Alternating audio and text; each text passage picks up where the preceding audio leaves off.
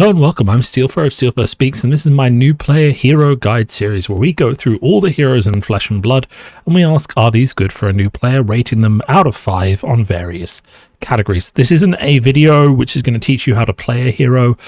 We don't have deck techs here. We're going to talk about the play patterns of the hero and whether they're easily accessible, whether the cards are accessible, whether the concepts are accessible. But if you want like an up-to-date meta list, have to look elsewhere on YouTube, unfortunately. If you do want to look at other heroes, there is a whole playlist attached to this, which does feature most of the heroes in the game. Some of the videos are new, some are older. I go through and update them when they change, but these are meant as timeless videos that really introduce you to the core concepts of a hero and will last with that hero until the hero is retired, though the meta deck for that hero might change. So this is the Oscilio Constellar Intelligence video released in Rosetta, new set out in September 2024. Oscilio is a wizard hero and he looks a lot like Xerath from League of Legends, and his goal is kind of just to blast people with arcane magic, which is the entire wizard class. So if you're thinking, is it combo? If you're thinking shock and red deck wins, that's the sort of thing we're thinking about. So he's going to try and put combos together to build unbreakable amounts of arcane damage and then win the game that way. Keep listening if that is of interest to you. Oscilio Constellar Intelligence was created by the Ether Scribes of the past to protect the future. Together, the scribes imbued Oscilio with their wisdom, shaped him to withstand the cataclysm that followed the war of the Third Age between the Ancients and the Old Ones. We don't know a huge amount about that war, by the way, but it did happen between Ancients who are undefined and the Old Ones who are some sort of void, chaosy, evil thing. And now Oscilio has awoken, and he is a warning for all of Wraith. He will share the knowledge of the Ether Scribes with those who would use it to rebuild the strength of a Neon. We don't really know what that is.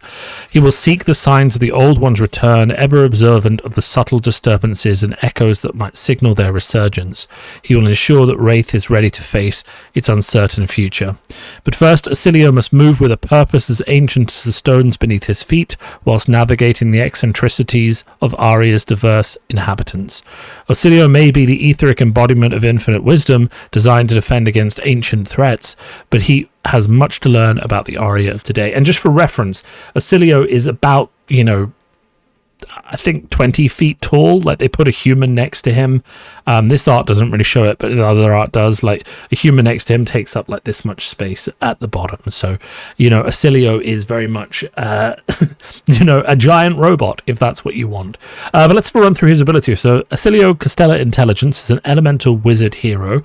So, a reminder, if you're new to the game, I like to refresh this. Elemental is a talent. Wizard is a class. Your deck can contain any wizard cards, any elemental cards, and any elemental wizard cards. You cannot include, however, stuff like shadow wizard cards, if that existed, because you don't have the shadow keyword. So having one keyword isn't enough, you have to match. Oscilio also has something that elemental heroes have, which is an essence of an element, in this case lightning. That lets him include lightning cards in his deck. There's also earth and frost, or ice, so if you have those, you can include those elements as well. His ability is once per turn instant, discard an instant, draw a card. He has 4 intellect and he has 36 health. Health is a balancing tool for heroes in Flesh and Blood, so if you see a hero with less health than 40 is the default, that usually implies that they are doing something that makes them more powerful, and health reduction is one of the ways that they're balanced, because potentially they're a combo deck that is very strong if it goes off. Having less health means it's easier to kill them before that happens. His weapon is Volzar the Lightning Rod. If you control an aura permanent with sigil in the name, this costs 1 less to activate, so it's free. Once per turn instant, Amp X, where X is the number of lightning cards you've played this turn. Amp is a keyword. It's not new in this set, but it is expanded on in this set, and it just says the next time you would deal arcane damage, instead deal that much damage plus 1. So a quick refresher on arcane damage. Arcane damage is just a type of damage, so physical damage is obviously what's on an attack, and if you've been learning to play Flesh and Blood, then physical damage is probably what you're very familiar with. Arcane damage is just like direct damage in other card games, so it's just damage coming at your hero when the arcane effect is played. and there are things that prevent damage and prevent arcane damage. So you don't block it like you would with a normal card, but you'll have stuff like Arcane Barrier, you'll have Spell Void, or you'll have things that prevent damage, and that's how you combat arcane damage. You usually block it with resources rather than block. So blue cards block arcane damage a lot better, but you also have to have Arcane Barrier. So if you're thinking, hey, how do I stop Arcane Barrier? Look up things like Null Rune and that kind of thing on Fabry, and you'll find the sort of answer. So what then is a sigil? So a sigil is an aura, and they can come in instants, which can be played whenever you have priority. You don't need an action point, or actions, which have to be played obviously during your turn. Auras all have effects that have an ability when they leave the arena, and almost all, sorry, not auras, sigils, and almost all sigils have the ability that they get destroyed at the start of your action phase, so some get destroyed in other circumstances. But sigils are basically fragile permanents that come into play with a criteria that will destroy them, and then when they leave, they give you an ability. So there's lots of cards in Oscilio that bounce auras back to your hand. There's lots of things that break them early to give you the effect during your turn, for example. And there's also ways to recur them. So one example of arcane damage, so a wizard spell, you'll see it can do damage, but it doesn't have an attack value. But it does have this other keyword, Surge.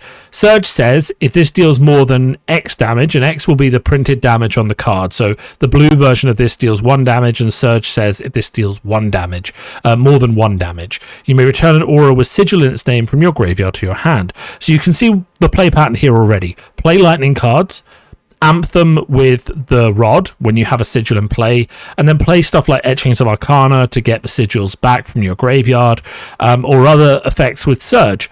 And there are ways to combo and kind of increase things here. He also uses 2 tokens. All lightning heroes use embodiment of lightning in some way, and he does attack in some cases. He's got attacks that have abilities that he wants to play. Embodiment of lightning, you can create them through various cards, and they get consumed or destroyed when you play an attack action card to get go again. You have to have us in play before you play an attack action. You can't create one after you're already attacking and get the go again, so you have to kind of set it up. He also has a new thing that came about in Rosetta called meld cards. Meld cards are essentially 2 cards on one. You can either play the left side or the right side. When you pay either side, you have to pay the cost in the top right hand corner.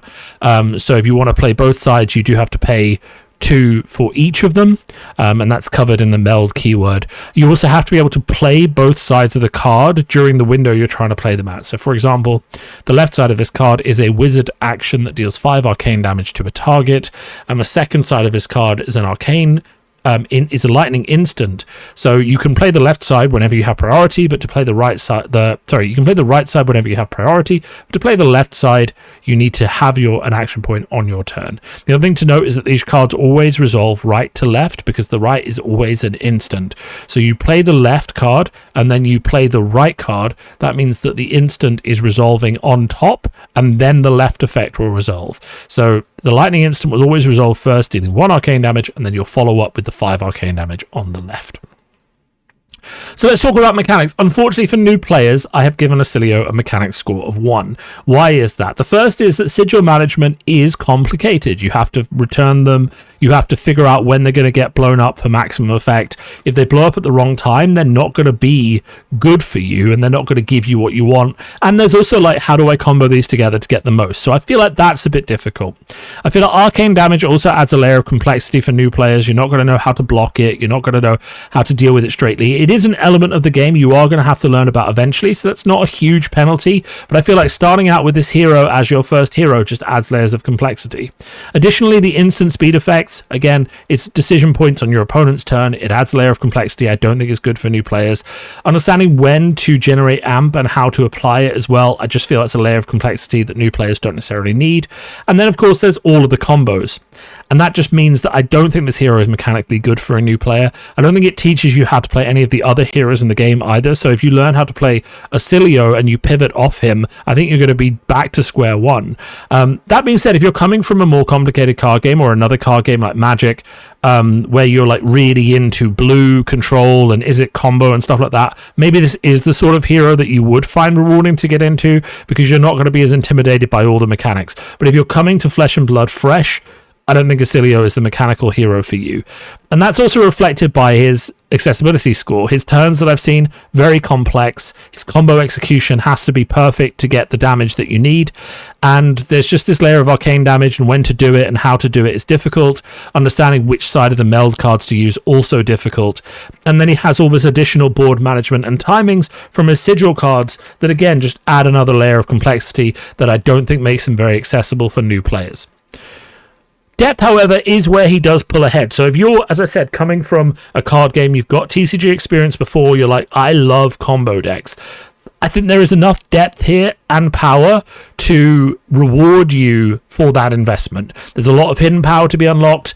I feel like there's a lot of power to be unlocked for time invested. So I feel like if you're the sort of player who loves sequencing combos and loves attacking the game from different metrics, then actually, the payoff here is probably there.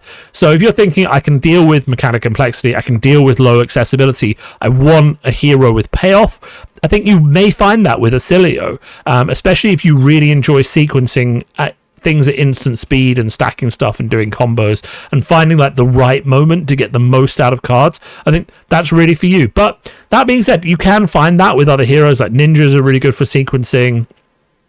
Other wizards are really good for sequencing. So unfortunately, with all of that taken into consideration, I really do just have to give him 2 stars. I don't think he is the best hero for new players. And definitely, I think not the best hero for new players, even in Rosetta. I feel like the other wizard, Verdance, if you want to get into wizards, is much more accessible. I feel like the Rune Blades, especially Florian, much more accessible. So I would recommend looking at the videos for those if you're looking to get in Rosetta. You've been to a pre-release and you're like, which hero should I play? I would, if I was a new player, maybe turn my attention to Florian and Verdance, the Earth heroes. If you really want Lightning, Aurora is a little bit more complicated, but she is a Rune Blade and just focuses on attacks maybe. So I would look at those. Otherwise, go back to Heavy Hitters, which is a really good introductory set that focuses on core gameplay. There's loads of videos on Heavy Hitters heroes in my channel. You can have a look at those and have a see which of those heroes appeals to you. But Oscilio, unfortunately, not rating very highly on the new player score. I, however, do rate highly with new players, and I have a whole playlist dedicated to getting new players into the game. I run this channel very much from the player's perspective. I've been doing this for 5 years. I have quite a number of subs at this point, and really my goal is to talk about things that need to be discussed. I don't shy away from difficult issues. I'm not here to pander to the company that makes the game.